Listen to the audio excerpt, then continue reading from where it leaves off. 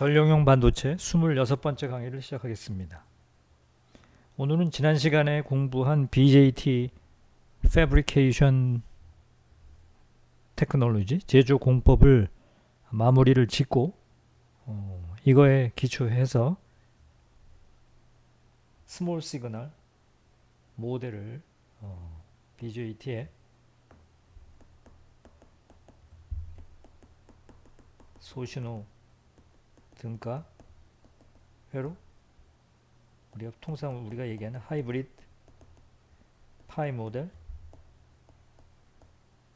공부하도록 하겠습니다.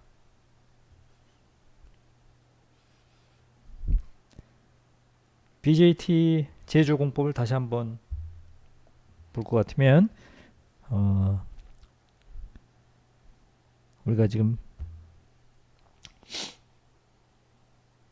NPN 바이폴라, vertical NPN 바이폴라, 스탠다드 바이폴라 공정을 이야기하고 있습니다.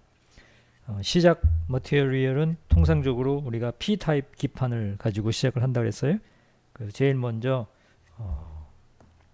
BL 마스크를 쓴다고 했죠. BL이라 하면 buried layer라 그랬죠. buried layer, 매립층을 define을 한다고 했어요. 여기다가 N을 때려 넣는다 그랬죠. 비소 같은 걸 때려 넣어서 N타입의 매립층을 만든다 그랬죠. 그 매립층을 만드는 이유는 컬렉터 영역의 기생적 성분을 줄이기 위해서 전류가 흐르는 패스에다가 고농도로 미리 비소를 때려 넣는다 그랬죠. 그리고 나면 다음 단계가 뭐였어요? 에피층이었죠. 에피텍셜 레이어를 성장을 시켜가지고 이 위에 N 영역을 이렇게 만들어서죠. N 영역을 키우고 그러면 N 에피를 성장하는 과정에 여기에 우리가 미리 임플란트 해놨던 BL층이 확산이 되겠죠. 확산. 포니스에 집어넣고 고온의 온도가 공급이 되니까 위쪽으로 아래쪽으로 확산돼서 매립층의 모습은 결국 이런 모습이 되고, 그 다음 마스크가 뭐였는가 하면 아이소 마스크였어요. 아이솔레이션. 그래서 P형 도펀트를 임플란트 해가지고 여기에 P 타입으로 액티브 영역 주위를 디바이스를 만들 액티브 영역 주위를 P 영역으로 이렇게 에워쌀 수 있도록 여기에 P 임플란트를 한다 그랬죠. 그리고 지금 이 그림에는 빠져 있는데 선생님의 그림에서는 여기에 다시 싱크 마스크를 한 번 더 포토 작업을 해서 여기에 이제 컬렉터가 만들어질 적에 컬렉터의 시리즈 레지스탄스를 줄이기 위해 여기 한 번 더 확산성이 좋은 포스포라든가 비소를 이용을 해가지고 싱크 임플란테이션, N 임플란테이션을 한 번 더 한다 그랬죠. 이 그림엔 지금 싱크 마스크가 빠져 있습니다. 그래서 지금 BL 마스크, 그 다음에 아이소 마스크, 그 다음에 이제 베이스 영역을 디파인 한다 그랬죠. 그래서 베이스 마스크를 써요. 베이스. 그죠? 베이스에도 이제 인트린직 베이스가 있고 익스트린직 베이스가 있는데 이 지금 교과서에 나와 있는 이 프로세스는 간단한 공정을 지금 제시하고 있기 때문에 그냥 한 개의 마스크로 베이스를 디파인을 합니다. 그래서 P 디퓨전을 해서 P형을 이렇게 만들었죠. 베이스 디퓨전. 그리고 나면 다시 이제 2m를 디파인을 하죠. 2m 마스크. 2m 마스크를 하고 그 다음에 메탈을 전부 데포지션을 한 다음에 우리가 원하는 부분에만 메탈 컨택을 만들어야 되니까 메탈 마스크가 있어야 되겠죠. 메탈 마스크 디파인해서 우리가 원하는 2m 전극, 그 다음에 베이스 전극, 2m 전극, 베이스 전극, 그 다음에 컬렉터 전극. 그죠? 여기 지금 싱크가 빠져 있는데 싱크가 연결이 되어 있다면 이제 이렇게 연결되는 거죠. 그죠? 그래서 N 영역이 헤빌리 도프트 되어 있고, 그래서 이미터,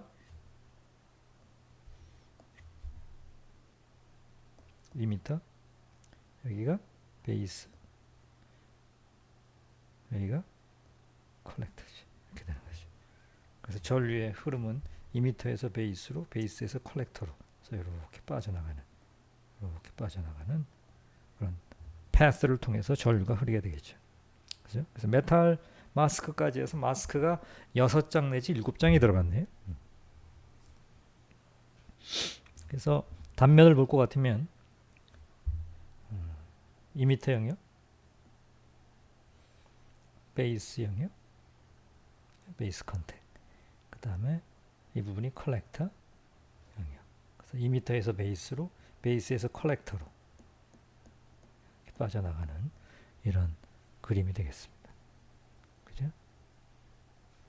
이것을 레이아웃으로 볼 것 같으면 제일 먼저 BL 마스크를 디파인을 하고,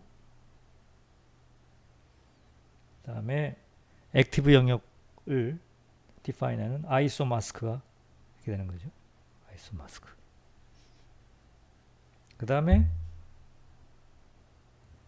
뭐 이 그림에 빠져 있지만 선생님 그림에 의하면 여기에 다시 싱크 마스크가 한 번 더 있겠죠. 싱크 디파인을 하는 마스크. 그 다음에 베이스 마스크. 베이스를 정의할 적에도 뭐 익스트린직 베이스가 있고 다시 인트린직 베이스가 있어가지고 두 번 임플란테이션 할 수가 있어요.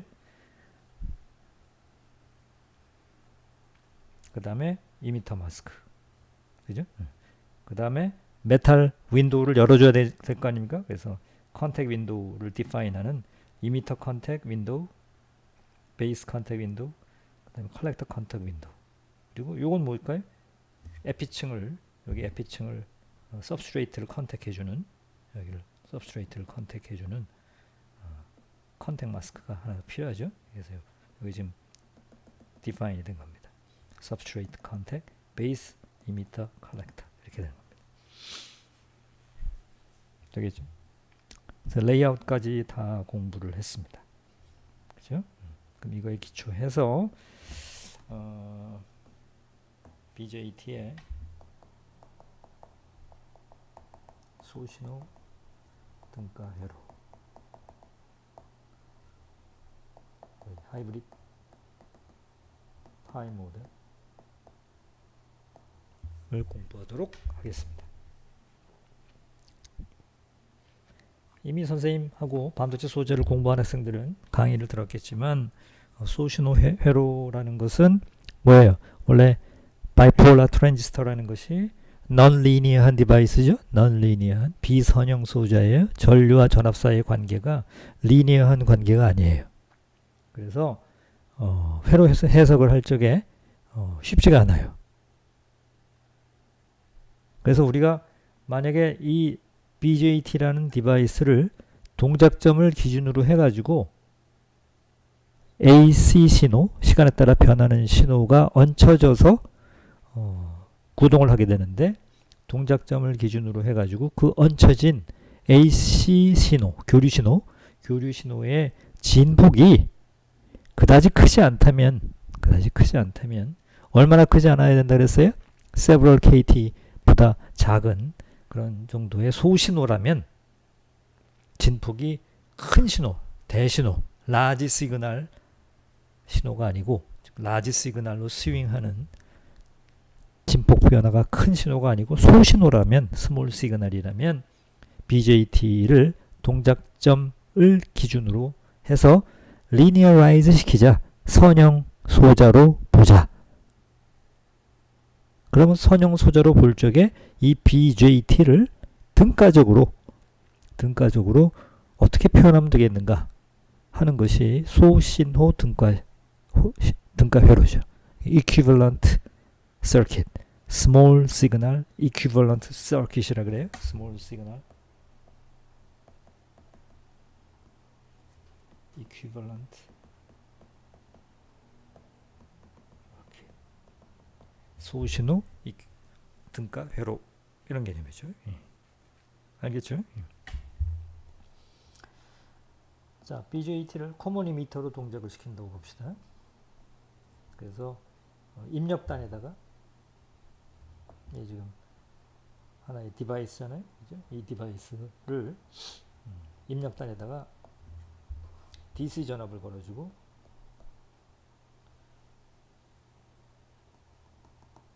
여기서 다시 교류 전압을 다시 인가를 하는 거예요. 그리고 출력단에다가는 역방향 바이어스 전압을 인가를 한 거죠. 그래서 여기를 VCC라고 그러죠.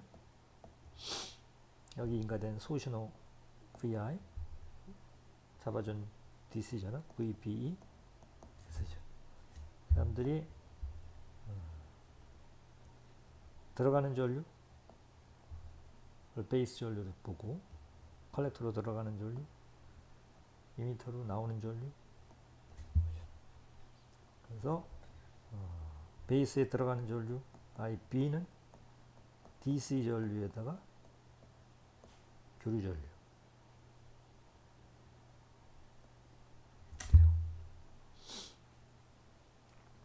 마찬가지로 흘러 들어가는 컬렉터 전류는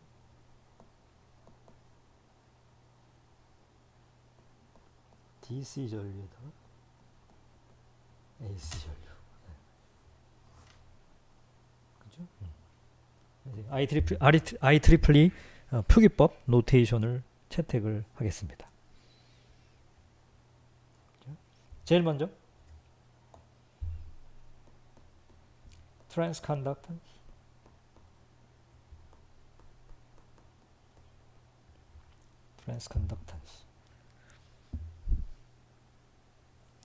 transconductance GM은 우리가 어떻게 정의를 해요? 이걸 하나의 뭐 투포트 네트워크라고 하면 이 디바이스의 이런 투포트 네트워크의 인풋단 여기를 출력단이라고 그러죠. 여기를 출력단 이걸 출력 전류, 출력 전압, 입력 전압, 입력 전류 이렇게 부르죠. 그죠? 하나의 투포트 네트워크에 대해서 그래서 우리가 통상적으로 트랜스컨덕턴스라 그러면 입력단의 전압 변동에 대한 출력단의 전류 변동을 이야기하죠. 맞죠? 그래서 우리가 입력단의 전압 변동, 출력단의 전류 변동, 그죠? 혹은 뭐 소신호로 쓰게 되면 IB분의 IC 이렇게 되는 거죠. IB가 아니고 sorry.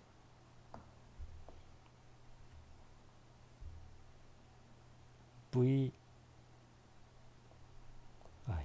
그죠?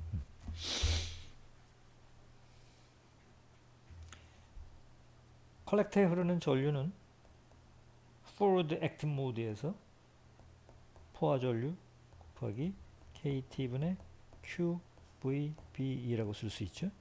여기 뭐 빼기 1 이게 있는데 일반적으로 forward active mode에서 순방향 전압이 인가되면 뭐 이건 무시해도 되죠. 그죠? 그러니까 이것도 빼버리고 그냥 이렇게 썼어요. 그러면 트랜스컨덕턴스라는 거는 컬렉터 전류를 VB에 대해서 미분한 거니까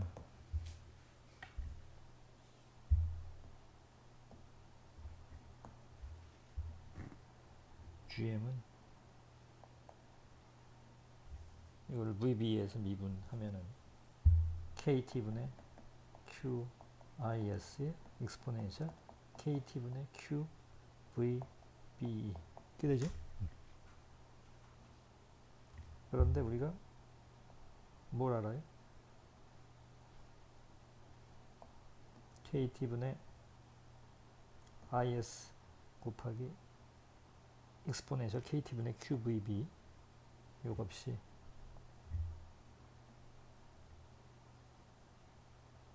이게 뭐예요? 이게 IC잖아. 그죠? 네, 그런 걸 아니까 이거는 다시 뭐로 쓸 수 있냐면 KT분의 QIC가 돼요. 그래서 BJT의 트랜스컨덕턴스 GM을 계산하고자 하면 동작점에서의 컬렉터 커런트를 300도 K라면 0.026으로 나눠주면 되지. 됐습니까?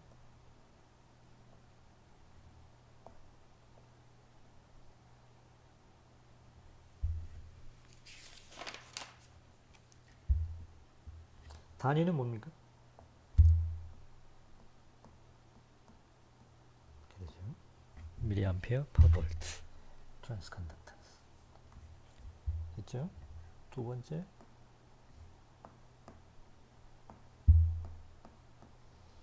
베이스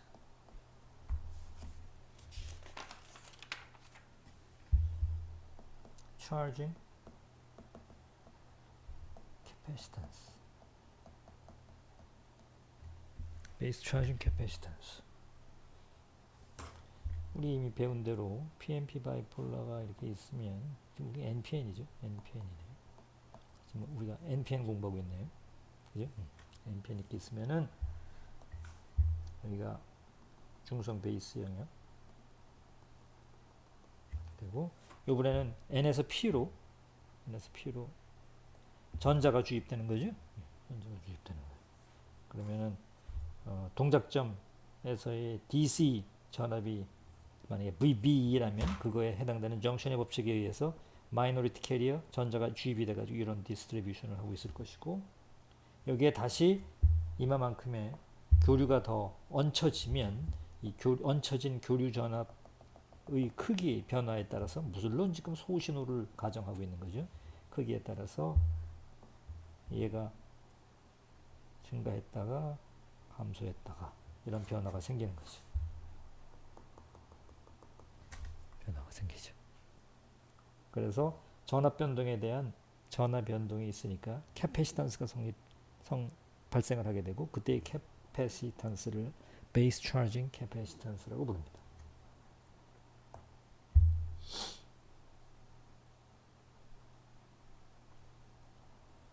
CB라고 부르고 CB는 인풋단의 전압 변동에 대한 Q N이라 그럴까요? QN 크기의 변화를 우리가 QN이라고 하죠. 또 마찬가지로 IEEE 노테이션으로 쓰게 된다면 QN은 QN 더하기 QN 뭐 이런 개념이죠. 그죠? 그래서 시간에 따라서 변하는 성분, DC 성분 이렇게 되는 거지. 그죠? 혹은 이걸 미분형으로 쓰게 되면은 DVBE에 대한 DQN이 되는 거지. 그죠? 빗금친 부분 전체의 면적을 얘를 QN으로 본다. 이렇게 되죠. 그러면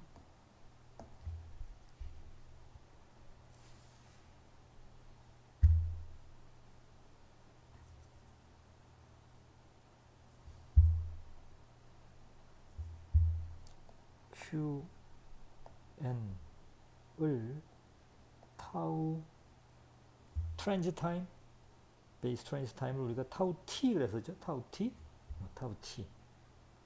forward active 모드에서의 트랜지 타임 타우 F였나요? forward active 모드에서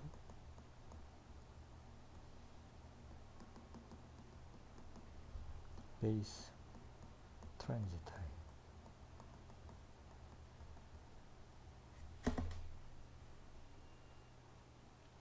하면 이 컬렉터 커런트지.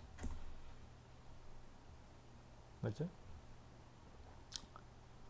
베이스 트랜지 타임은 뭐였어요? 2m에서 베이스로 넘어온 마이너리티 캐리어. 지금 같은 경우에 NPN이니까 전자죠. 전자가 여기서 여기까지 트랜지트 하는데 걸리는 시간이죠. 그래서 이미 배운 대로 QN을 여기 지금 축적되어 있는 마이너리티 캐리어를 베이스 트랜지트 타임으로 나누면 컬렉터 커런트가 됐었어요. 이미 알고 있죠? 그러면 QN은 타우 F 곱하기 IC죠. 그러면 CB라는 거는 CB는 정의하기를 VI분의 QN인데 이거는 VI분의 IC분의 QN 이렇게. 그래서 선생님이 지금 한 건 뭔가면 IC를 한번 곱했다가 IC를 한번 나눴다 한 거니까 달라진 거 없는 거죠. 분모 분자에 한 번씩 곱했다 뺐다 했으니까. 그런데 이걸 보니까 얘가 뭐예요? 이렇게 써놓고 나서 보니까 얘가 GM이죠. 그죠? 얘는 뭐예요? 이게 트랜짓 타임 타우 F죠.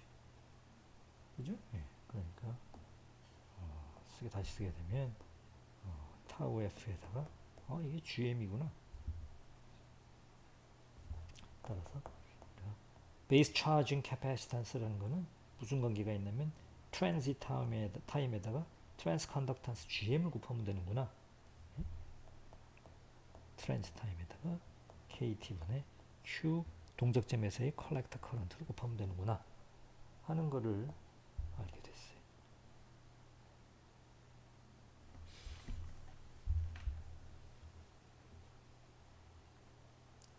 됐어요? 세 번째로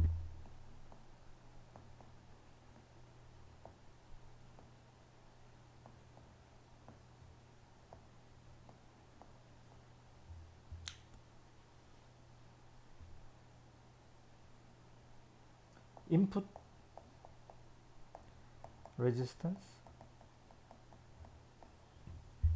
input resistance라 하면 우리가 지금 보고 있는 이 투포트 네트워크, 지금 우리가 이 non-linear 소자인 NPN 바이폴라 트랜지스터라는 이 디바이스를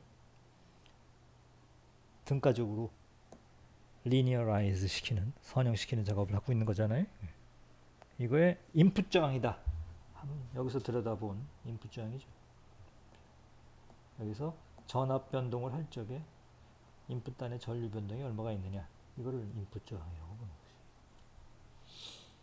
네?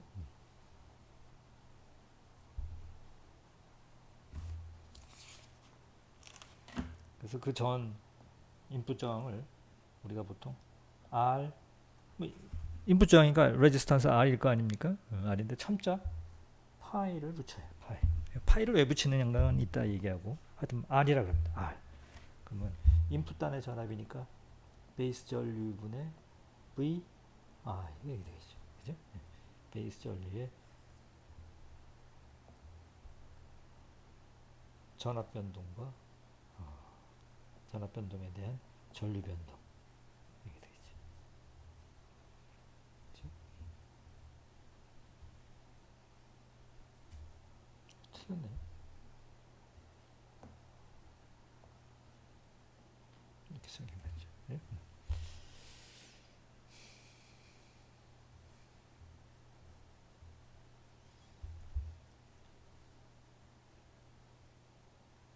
그런데 우리가 베타가 뭐예요? 베타가 인풋단의 전류변화 분의 출력단의 전류변화, 소신호로 쓰게 되면 IB분의 IC죠. 얘를 뭐라고 불러요? 스몰 시그널 커런트 게인이라고 그러죠. 스몰 시그널 커런트 게인. 뭐 책에 따라서는 이걸 HFE 이렇게 쓰는 사람들도 있어요. HFE, 스몰 시그널 커런트 게인.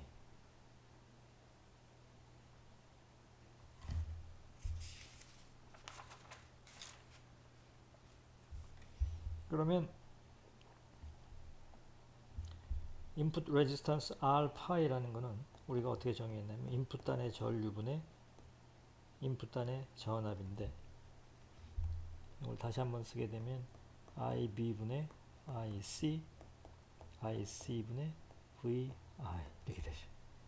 그래서 아까와 마찬가지로 IC를 한번 분모 분자에 곱했다가 나눴다 하는 그런 작업을 했어요.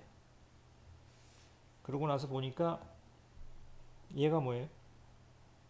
이게 HF이네. 커런트 게인 베타 값이네. 그죠? 요건 뭐예요? 요거는 GM의 역수네 라는 걸 알 수가 있죠. 그죠? 따라서 얘는 GM분의 베타 혹은 HF.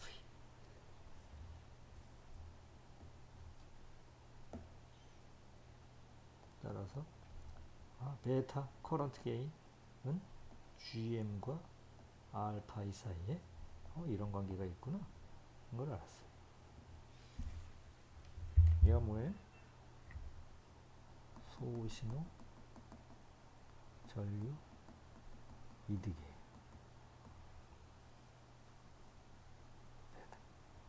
어떤 사람들은 베타를 HF라고 쓰는 사람들도 있어요. 회로망 시간에, 회로 시간에 다 배우겠지만 H는 뭐예요? 하이브리드라는 개념이죠. 하이브리드. 하이브리드. 어떤 그 회로 시스템을 표현을 할 적에 임피던스 매트릭스로 표현하는 방법이 있고 어드미턴스 매트릭스로 표현할 수가 있죠. 그래서 매트릭스로 표현할 적에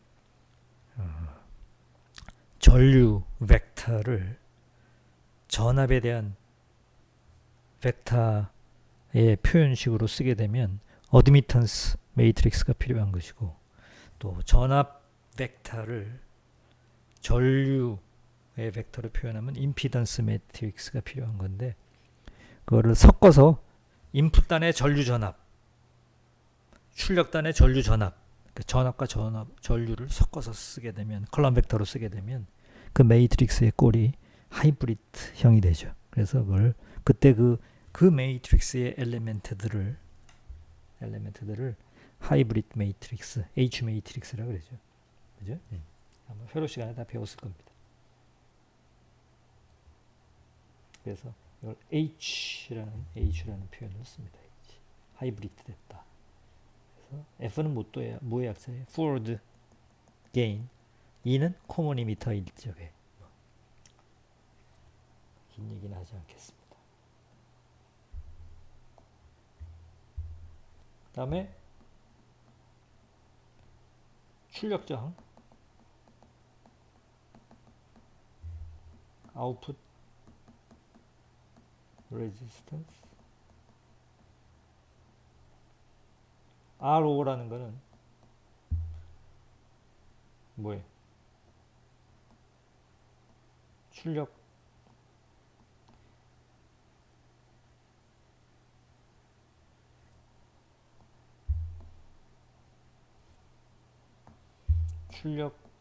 전압 대비 출력 전류죠.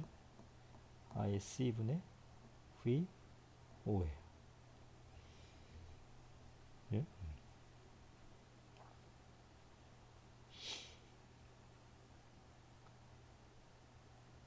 출력 전압의 변동에 대한 출력 전류의 변동. 이게 바로 뭐가 된다 그랬어요? 우리가 얼리 효과 공부할 때 공부했죠? 동작점에서의 컬렉터 전류와 얼리 전압 사이에 이런 관계가 있다 그러죠.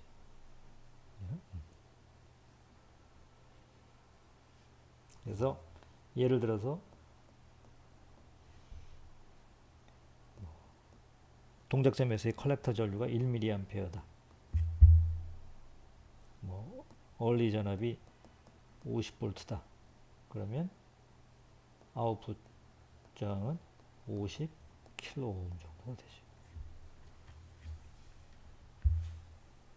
됐어요?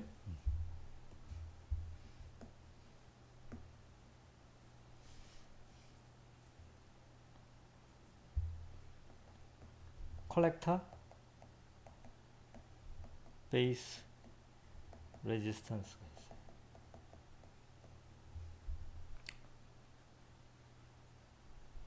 컬렉터 베이스 레지스턴스. 일종의 피드백 레지스턴스인데 등가별에서 우리가 출력 전압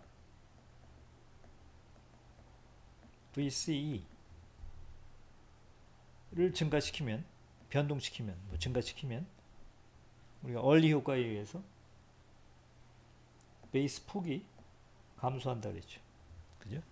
그래서 베이스 폭이 감소하니까 기울기가 증가하니까 컬렉터 커런트가 증가한다. 이게 뭐 얼리 효과고 그 얼리 효과가 반영된 것이 방금 본 이 출력 저항 값이죠. 그런데 VC 출력 전압의 변동에 의해서 베이스 폭이 줄어들게 되면 중성 베이스 영역에 저장되는 마이너리티 캐리어의 양이 줄죠. 이미 얘기했어요. 그래서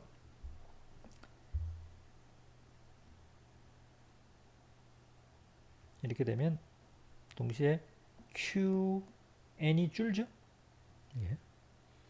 QN이 줄으면 베이스 커런트가 감소를 할 거예요. 맞죠?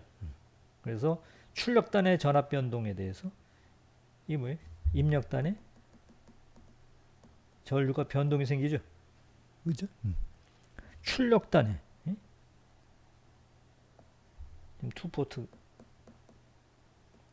투포트가 이렇게 있는데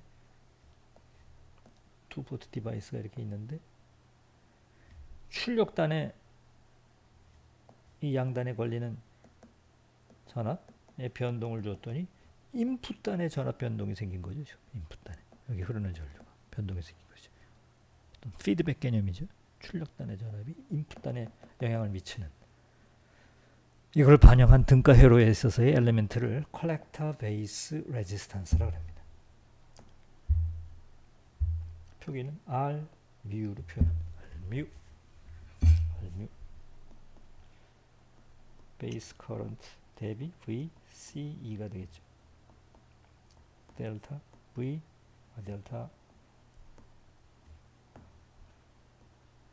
델타 IB over 델타 V 출력단의 전압이죠. VC. 그럼 이것도 다시 쓰게 되면 IB분의 IC를 한번 썼다가 다시 IC분의 VC 이렇게 써도 되는 거죠.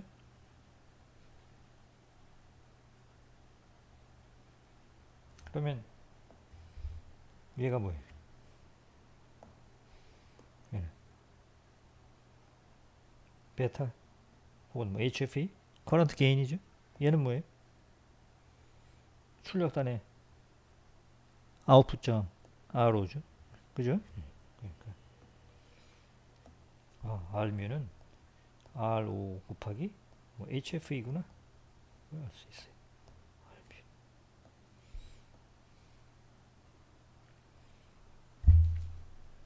그죠? 그래서 만약에 아까 아웃풋 저항이 한 50 킬로옴 정도 된다고 치면 50 킬로옴의 베타 값이 한 100이면 1메가옴이 되는 거죠. 그죠? 1메가옴의 값을 가져요. 뭐가? 컬렉터 베이스 레지스턴스. 일종의 피드백 레지스턴스라는 것이. 그죠? 그래서 지금 추출한 이런 그 등가 회로에 사용될 엘리멘트와 이 단면에 존재하는 이런 실제 디바이스에 존재하는 패러시틱 성분, 기생 성분, 숨어 있는 패러시틱 엘리멘트, 캡 성분, 저항 성분들을 함께 등가 회로로 그릴 수가 있습니다.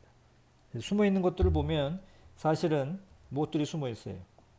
여기에 이제 비애를 심기는 했지만 하여튼 커런트의 패스라는 것이 이미터에서 베이스로 일렉트론이 인젝션이 되면 얘네들이 베이스를 트랜짓 해가지고 컬렉터에 도착을 해가지고 컬렉터에서 이렇게 해가지고 빠져나가는 이런 루트로 전류가 흐르잖아요. 그죠? 전류의 루트는 일로 그래서 이렇게 빠져나가는 이런 게 커런트 플로우이기 때문에 전류가 지나가는 루트에 레지스탄스 값이 당연히 존재를 할 터인즉 뭐 이런 시리즈 저항이 있을 거고, 얘를 RC2, 또 여기에 또 저항 값이 있을 거고, 이걸 RC1이라고 불러요. 그죠? 그리고 또 동시에 이건 지금 N형 에피고 이건 P형 ISO니까 PN 적합 사이에는 정션 캡이라는 게 존재하죠. 정션 캡. 정션 캡. 이걸 CCS라고 불러요. CCS. 그 다음에 이미터에서 베이스로 넘어온 이 전자들을 리컴바인 하기 위해서는 베이스 컨택에서 전공들이 공급이 돼야 되죠. 그러면 여기 사이에 전공이 공급되는 과정에 뭐가 생겨요? 또 기생저항 성분이 있겠죠. 이걸 베이스 스프레딩 레지스턴스 RB라고 그러죠. RB. 아까 얘기한 것처럼 베이스 스프레딩 레지스턴스를 줄이기 위해서 임플란트 할 적에 P를 한 번 더 때리기도 해요. 그래서 여기를 extrinsic base, 여기를 intrinsic base 이렇게 부른다 그랬었죠. 그래서 마스크 한 장을 더 쓰면 돈이 들어가긴 하지만 디바이스의 퍼포먼스는 좋아지죠.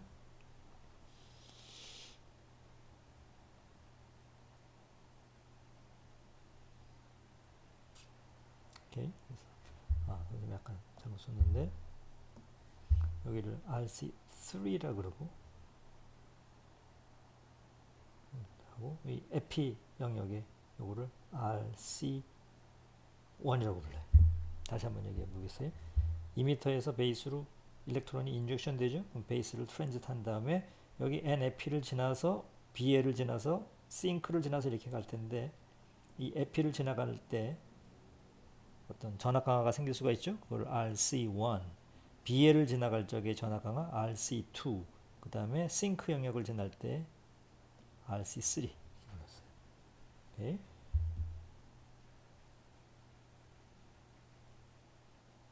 그 다음에 당연히 이미터하고 베이스 사이에 정션 캡이라는 게 있겠죠. 여기 베이스랑 컬렉터 사이에도 정션 캡이라는 게 있을 거고. 그래서 이것들을 전부 반영을 해서 그림을 그리게 되면은 등가요로가 다음과 같이 됩니다.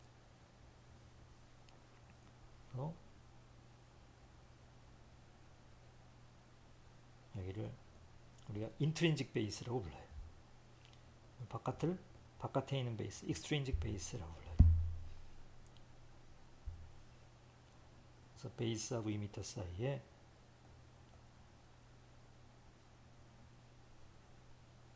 캡과 R뮤, C5가 있고, 베이스랑 컬렉터 사이에 C뮤, R뮤가 있고, 아까 봤던, 그리고 컬렉터 터미널에 트랜스 컨덕턴스 GM 곱하기 VE의 커런트 소스가 존재하고 아웃풋 저항으로 R5가 존재하죠.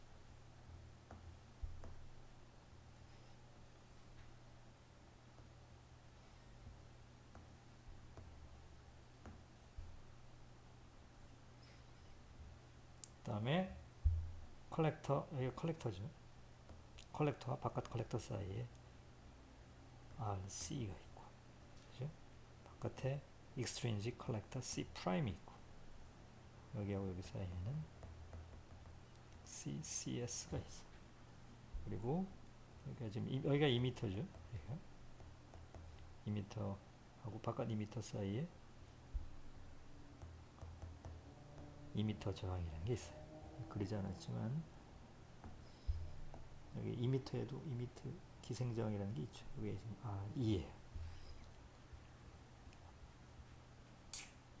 그리고 여기서 선생님이 그린 C 파이라는 거는 아까 CB 여기서 봤던 베이스 차징 캐패시턴스와 정션 캐패시턴스를 병렬로 써놓은 거예요. 됐습니까?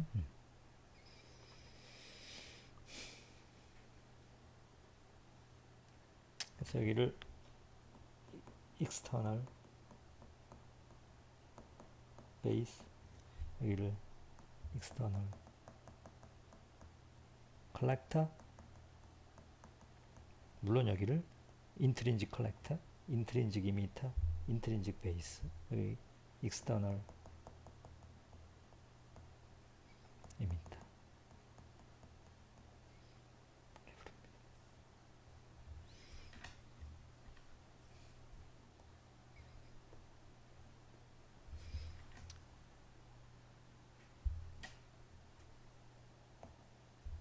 이와 같은 등가회로를 얘를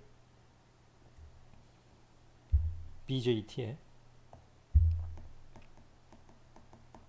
소신호 등가회로라고 부릅니다. 생긴 모습이 파이자 같이 생겼죠? 파이자. 그래서 얘를 하이브리드 파이 모델이라고 부르기도 합니다. 파이. 됐습니까? 하이브리드 파이 모델. BJT의 소신호 등가 회로를 그려봤습니다.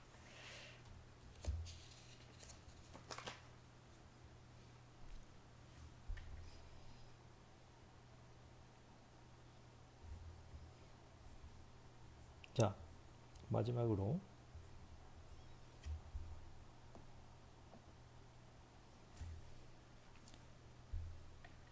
트랜지스터의 출력단을 부하를 쇼트 시켰을 적에 출력단의 부하를 쇼트를 시키고 그냥 리버스 바이어스만 걸어놨어요. 이렇게.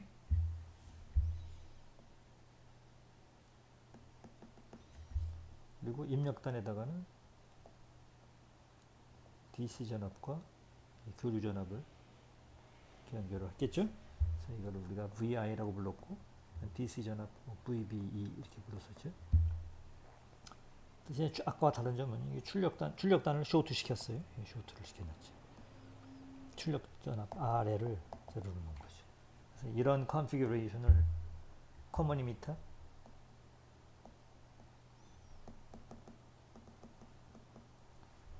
short circuited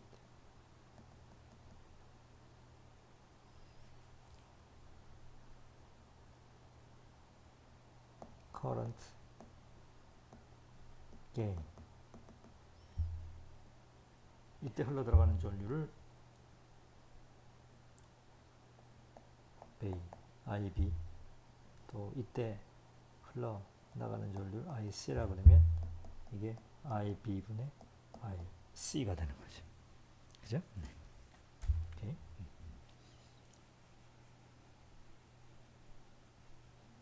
그러면 우리가 유도한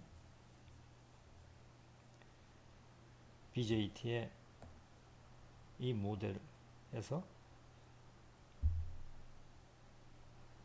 패러시틱한 부분을 지우고, 해석상 부분을 지우고 출력단을 쇼트를 시킨 거죠. 쇼트를 시켰을 적에 커런트 게이니까. 그리고 우리가 이 피드백 된 부분, 베이스랑 컬렉터 사이에 연결을 해주는 피드백 부분은 R뮤는 아까 한 메가오hm 정도 내지는 수십 메가오hm 정도의 수준이니까 해석을 간단하게 하기 위해서 얘는 오픈시키고, 저항값이 크면 이게 오픈되는 거죠. 오픈시키고 밀러의 티오렘에 의해서 피드백으로 걸려있는 이 캐패시터를 만약에 커런트 게인이 크다, 상당히 크다 라고 생각을 하게 되면 피드백 캐패시턴스를 인풋단의 캐패시턴스로 이렇게 가져올 수가 있죠. 이게 밀러의 티오렘이죠. 그러면은 두 개의 캐패시턴스가 병렬 연결된 모습으로 등가루를 그릴 수가 있죠. 그죠? 되겠어요? 그래서 등가루를 그리게 되면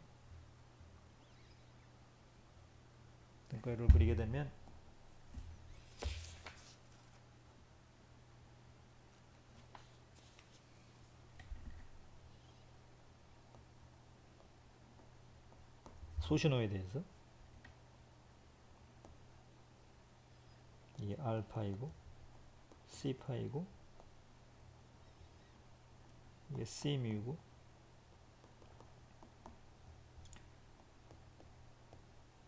GMVI 의 출력단을 쇼트 시킨 상태죠.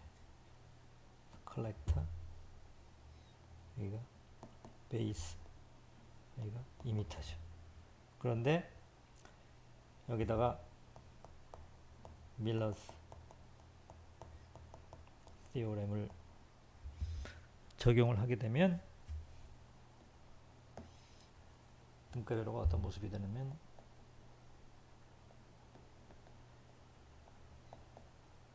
알파의 이 피드백 부분을 지워버리고 C파이 아니에요? 다시 C뮤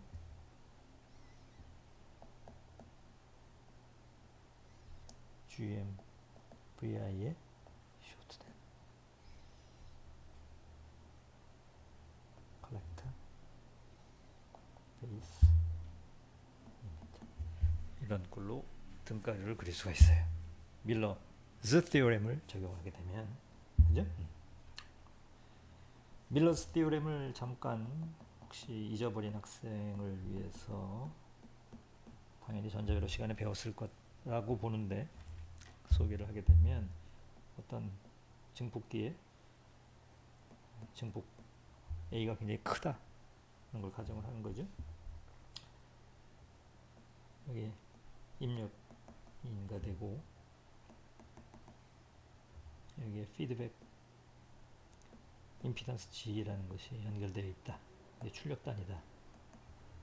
그러면 우리가 V인분의 Vout 이 증폭률 A잖아요. 그죠?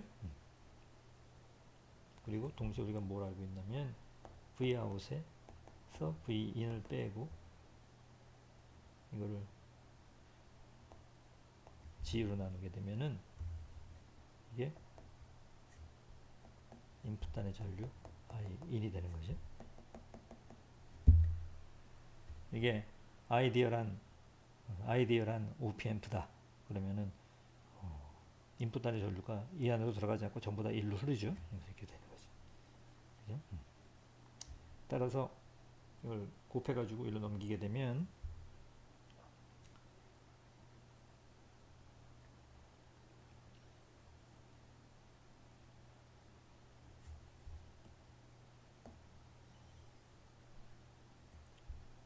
여기 좌변은 마이너스 G분의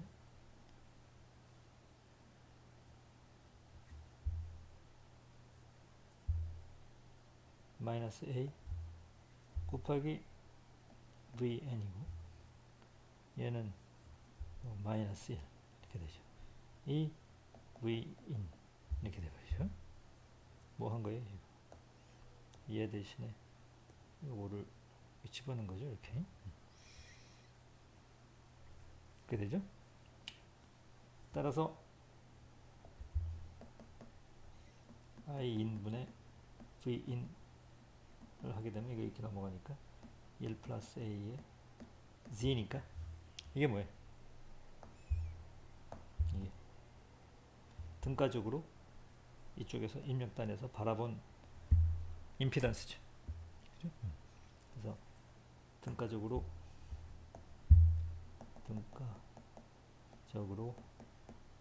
입력단에서 바라본 임피던스 어떤 효과가 있어요? 이런 효과가 있는 거죠. 임피던스 G가 피드백된 엘리먼트 임피던스가 A분의 1만큼 A 더하기 1인데 뭐 A가 뭐 1000 크다면 1 플러스 A죠. 그러니까 A분의 1만큼의 효과가 있다는 거니까 이쪽에서 이렇게 들여다봤을 적에 증폭률 A만큼이 감소돼 가지고 보인다는 얘기죠. 그죠? 그러니까 바로 피드백되어 있던 캐패시턴스 같은 경우에는 병렬로 바로 이렇게 묶어 놓으면 된다는 얘기죠. A배가 증폭이 돼 가지고 보이니까. 그죠? 그래서 밀러스 티오렘에 의해서 우리가 여기 묶여 있던 피드백으로 묶여 있던 C뮤를 여기다 이렇게 묶어도 큰 에러가 없습니다. 됐어요? 그러면 이제 우리가 이 등가 회로를 가지고 해석을 해볼 수가 있어요. 그러면 여기 흘러 들어가는 전류, 우리가 IB라 그러죠. IB는 여기 흘러 들어가는 전류 더하기 여기 흘러 들어가는 전류, 여기 흘러 들어가는 전류니까.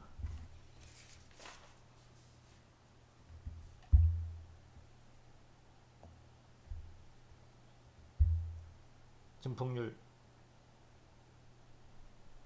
short circuited current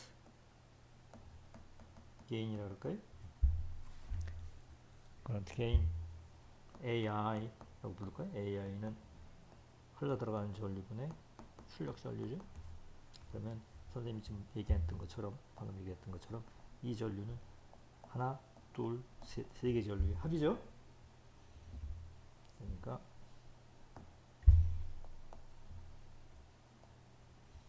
첫 번째 VB를 알파이로 나눈 거, 이게 첫 번째 전류잖아요.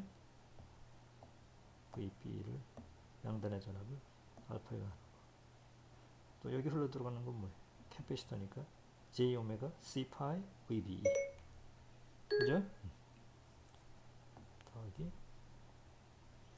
J 오메가 C 파이, 그 다음 거는 요거는 C 뮤, 두 개가 병렬로 되어 있으니까 두 개 합하면 되는 거지. C 파이 더하기 C 뮤 VB가 두 개의 캐패시터 브랜치를 흘러 들어가는 전류고, 첫 번째 항은 레지스타 알파이를 흘러 들어가는 전류죠. 출력단의 전압 전류 I 아웃은 우리가 알고 있는 대로 GMVB죠. 그렇잖아요. 출력단의 이 전류는 이거밖에 없네. 그죠? 출력단의 전류의 방향을 나가는 전류로 잡았네.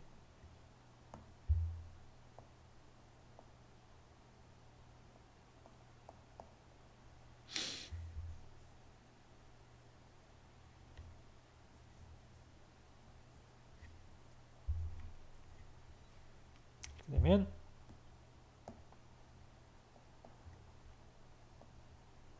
마이너스 GM분의 1 플러스 J 오메가 알파이 C 파이 C, 뭐가 AI가 커런트 게인. 다시 쓰게 되면 분모 분자를 다시 쓰게 되면 마이너스 분모 분자의 알파이를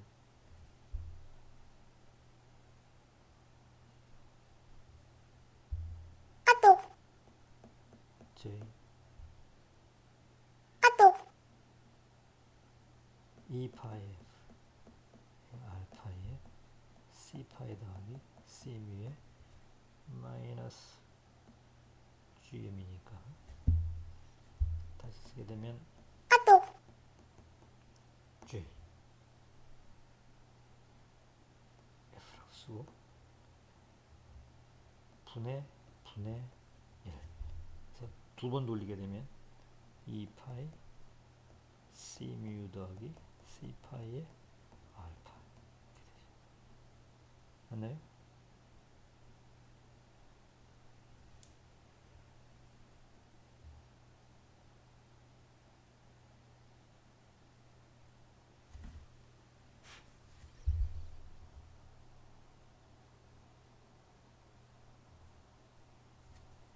그럼 여기다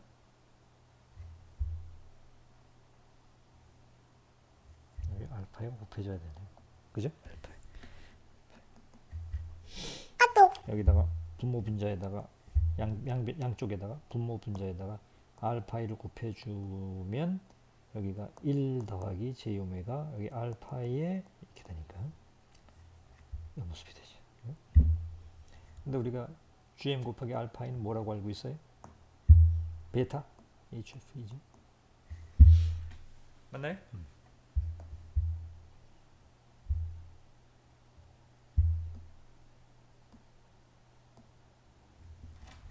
그렇죠? 그러니까 이거는 마이너스 HF 빼기 JF 나누기 우리가 얘를 F 베타라고 부릅니다.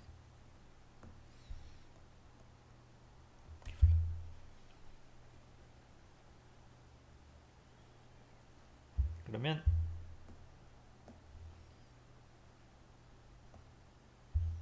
F 베타는 1 오버 2파이 R파이 C파이 더하기 C뮤 학생들 알겠지만 R 곱하기 C 하면 타임 컨스탄트죠. RC 타임의 디멘전이고 타임의 디멘전을 역술취하니까 주파수가 나오죠. 얘를 이 트랜지스터의 밴드위스라 그래요. 밴드위스라 그래요. 혹은 자동 제어하는 사람들은 3dB 다운 코너 프리퀀시라 그래요.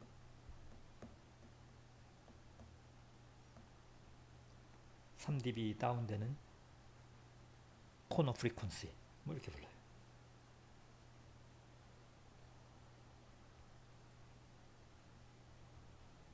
왜 그런가 하면 지금 이 식에서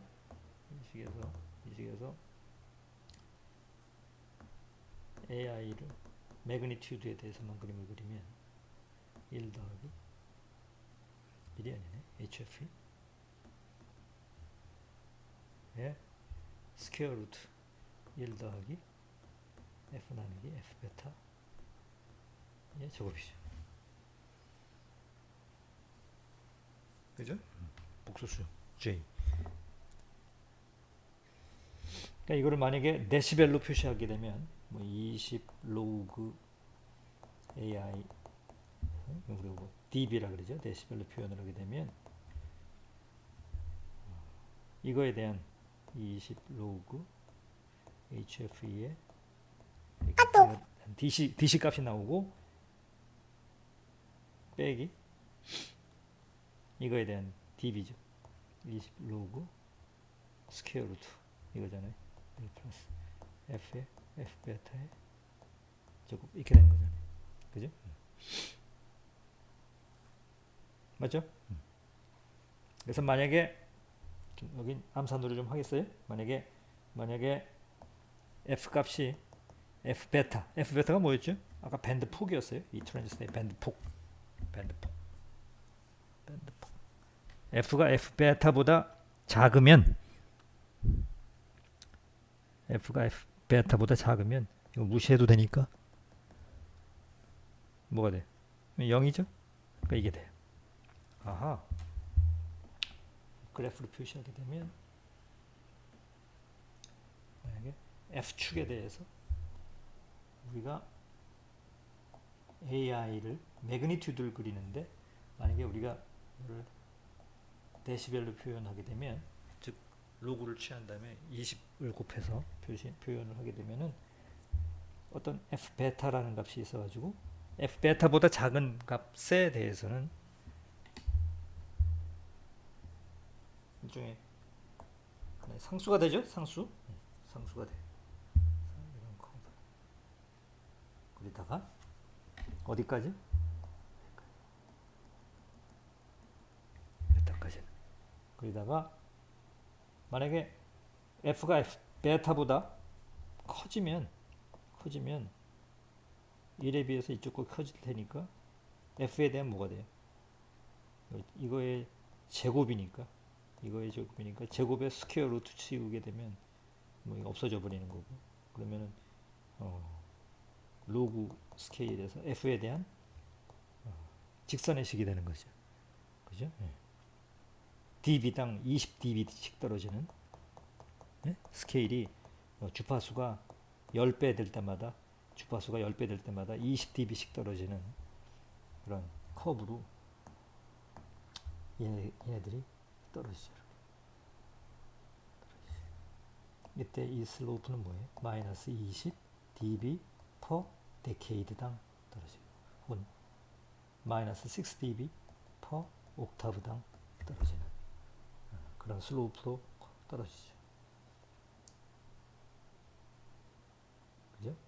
그래서 실제로 F가 F 베타가 되면, F하고 F 베타가 되면, F에다 F 베타 빼면은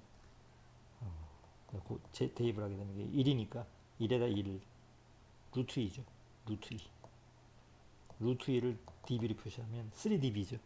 그래서 사실은 approximately 이런 커브를 그리지만 사실은 얘가 이렇게 된다. 3dB만큼 떨어진다. 여기를 3dB 코너 프리퀀시 이렇게 부르죠. 다 배웠을 거예요. 자동 제어 시간에. 그래서 여기를 3dB 코너 프리퀀시라고 불러요. 이때 이 값은 얼마라고요? 20 로그 HF이죠.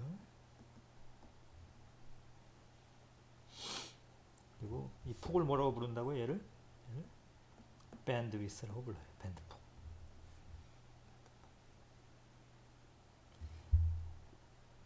이 커브가 뚝 떨어지면 여기서 이제 만나겠죠? 얘를 FT라 그래요. 컷오프 주파수라 그래요. BJT의 차단 주파수 컷오프 프리퀀시라 그래요. 이게 뭐예요? 여기가 뭐예요? 커런트 게인이 0dB로 떨어지는 점이죠.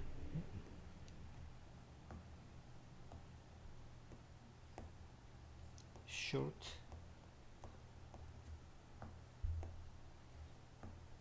circuited current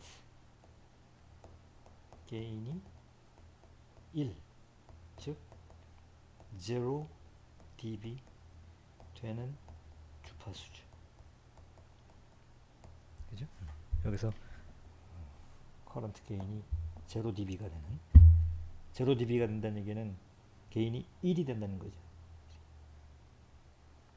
그래서 이 식에서 1이 되기 위해서는 되는 주파수 F를 컷오프 프리퀀시라고 그래요. 그렇게 되면 어떻게 됩니까?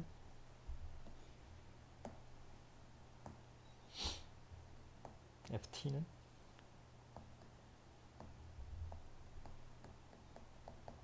HFE 곱하기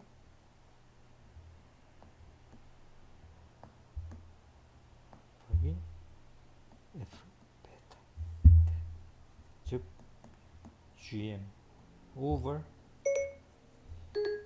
2파이 C 파이 더하기 C 뮤가 돼요. 컷오프 프리퀀시. 됐습니까?